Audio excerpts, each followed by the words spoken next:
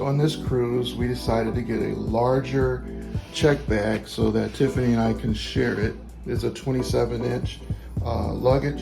And then of course, we always want to have our carry-ons in the event that our luggage is lost during our travels.